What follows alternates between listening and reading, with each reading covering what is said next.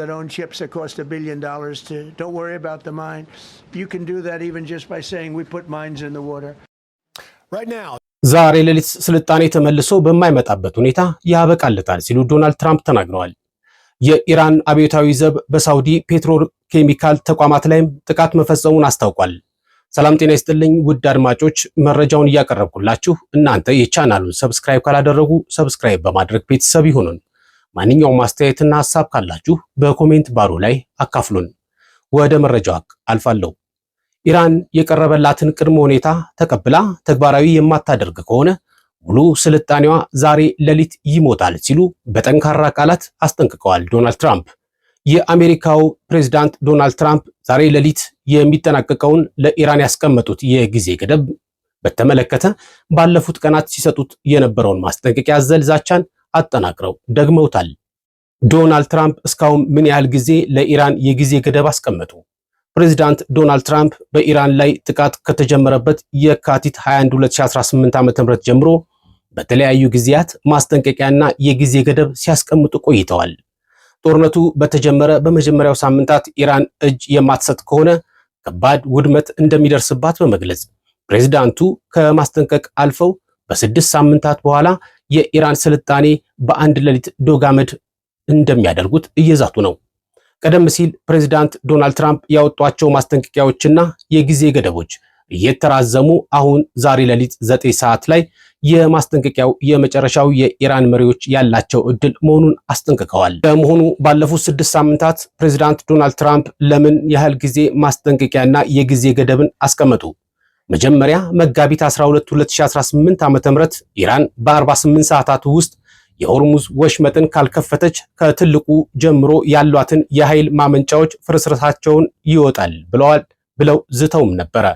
ሁለተኛ ከሁለት ቀናት በኋላ ከኢራን ጋር በጣም ጥሩና ውጤታማ ንግግር መደረጉንም በመግለጽ የጥቃቱን ቀነ ገደብ በ5 ቀናት አራዝመውታል።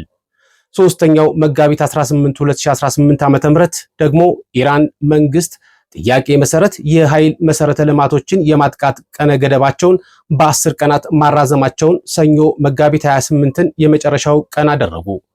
የ48 ሰዓታት ማስጠንቀቂያው የሰኞውን ቀነ ገደብ በተቃረበበት ጊዜ ፕሬዝዳንቱ ቅዳሜ ዕለት በኢራን ላይ መዓት ከማዝነባቸው በፊት 48 ሰዓታት እንደቀሩት አስጠንቅቀውም ነበረ።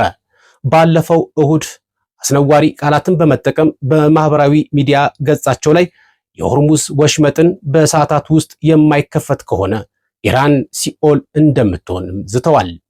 የማክሰኞ ማስጠንቀቂያ ዛሬ ከማክሰኞ እስከ ሌሊት 9 ሰዓት ድረስ ኢራን የቀረበላትን የድርድር ሐሳብ የማትቀበልም ከሆነ ስልጣኔዋ ተመልሶ እንደማይመጣ ሆኖ ይሞታል ሲሉም ዝተዋል። ዛሬ ሌሊት ስልጣኔ ተመልሶ የማይመጣበት ሁኔታ ያበቃለታል ብለዋል ዶናልድ ትራምፕ። ኢራን የቀረበላትን ቅድመ ሁኔታ ተቀብላ ተግባራዊ የማታደርግ ከሆነ ሙሉ ስልጣኔዋ ዛሬ ሌሊት ይሞታል ሲሉ በጠንካራ ቃላትም አስጠንቅቀዋል። የአሜሪካው ፕሬዝዳንት ዶናልድ ትራምፕ ዛሬ ሌሊት የሚጠናቀቀውን ለኢራን ያስቀመጡትን የጊዜ ገደብ በተመለከተ ባለፉት ቀናት ሲሰጡ የነበረው ማስጠንቀቂያ ያዘልዛቸውን ዛሬ አጠናክረው ደግመውታል። ፕሬዝዳንቱ ትሩዝ በተባለ የማህበራዊ ሚዲያ ገጻቸው ላይ ማክሰኞ ከሰዓታት በኋላ ባሰፈሩት መልእክት ስልጣኔ ተመልሶ በማይመጣበት ሁኔታ ዛሬ ምሽት ያበቃለታል ሲሉ በኢራን ላይም እንደዚሁ ዝተዋል። ትራምፕ ጨምረውም ታዲያ ቢሆንም ግን ያ እንዲሆን አልፈልግም፣ ነገር ግን ሳይከሰት አይቀርም። ቢሆንም ግን በአሁን ጊዜ ሙሉና አጠቃላይ የስርዓት ለውጥ የተለዩ ብልህና ብዙ ጽንፈኛ ያልሆኑ የበላይነትን ይይዛሉ። ምናልባትም የሚያስደንቅ ለውጥ ሊመጣ ይችላል፣ ማን ያውቃል በማለት ጽሑፋቸው ላይ የጠየቁት ትራምፕ ዛሬ ሌሊት ሊከሰት የሚችለውን አመልክተዋል። በዓለም ረጅምና ውስብስብ ታሪክ ውስጥ በጣም ወሳኝ የሆነው ነገር ዛሬ ማታ የምናየው ይሆናል። የ47 ዓመታት ጭቆና፣ ሙስናና ሞት በመጨረሻ ያበቃል። እግዚአብሔር ታላቁን የኢራን ሕዝብ ይባርክም ብለዋል። ትራምፕ ኢራን የሆርሙዝ ወሽመጥን በመክፈት የተኩስ አቁም ሐሳብ እንድትቀበል ያስቀመጡበት የጊዜ ገደብ ማክሰኞ ሌሊት ለሮብ አጥቢያ ከሌሊት 9 ሰዓት ላይ ያበቃል። ኢራን የተኩስ አቁም ሳይሆን ሙሉ በሙሉ ጦርነት እንዲቆም የተጣሉባትን ማዕቀቦች እንዲነሱላትና የሌሎች ቅድመ ሁኔታዎች መሟላትን በመጠየቅ የራሷን ቅድመ ሁኔታዎችን አቅርባለች።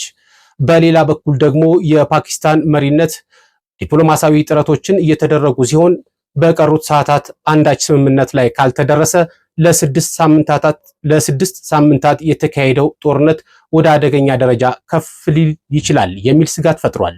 በሌላ መረጃ ኢራን አብዮታዊ ዘብ በሳውዲ ፔትሮኬሚካል ተቋማት ላይ ጥቃት መፈጸሙን አስታውቋል።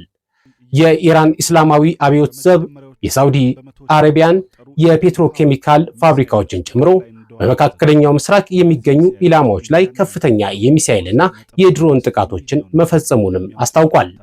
በጥቃቱ በሳውዲ አረቢያ ውስጥ በተለያዩ አካባቢዎች የሚገኙ የአሜሪካ የፔትሮኬሚካል ተቋማት ላይ በመካከለኛ ርቀት ሚሳኤሎችና በአጥፍቶ ጠፊ ድሮኖች የተሳካ ጥቃት መፈጸሙንም አመልክቷል። አብዮታዊ ዘቡ እንዳለው ከተቋማቱ በተጨማሪ በፋርስ ባህረ ሰላጤና በሆርሙዝ ወሽመጥ የሚገኙ የአሜሪካ ጥቅሞችን እና ወታደራዊ ሰፈሮች እንዲሁም እስራኤል ውስጥ የሚገኙ ወታደራዊ የእዝና የቁጥጥር ማዕከላት ኢላማ መሆናቸውንም ገልጸዋል።